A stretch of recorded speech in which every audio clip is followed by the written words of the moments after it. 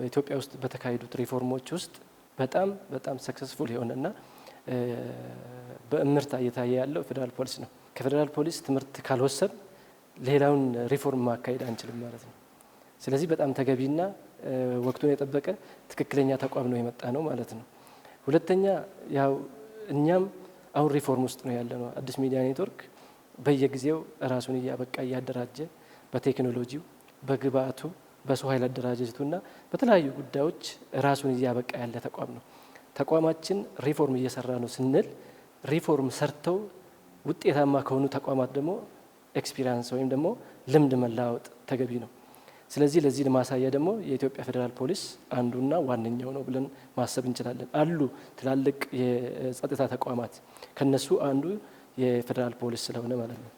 ሚዲያችን በየጊዜው እምርታ እያሳየ ያለ ሚዲያ ነው። ሚዲያችን እያደገ ያለ ተጨማሪ ተደማጭ ተነባቢ በተመልካቹ ዘንድ ተፈላጊ የሆነ ያለ ተቋም ነው።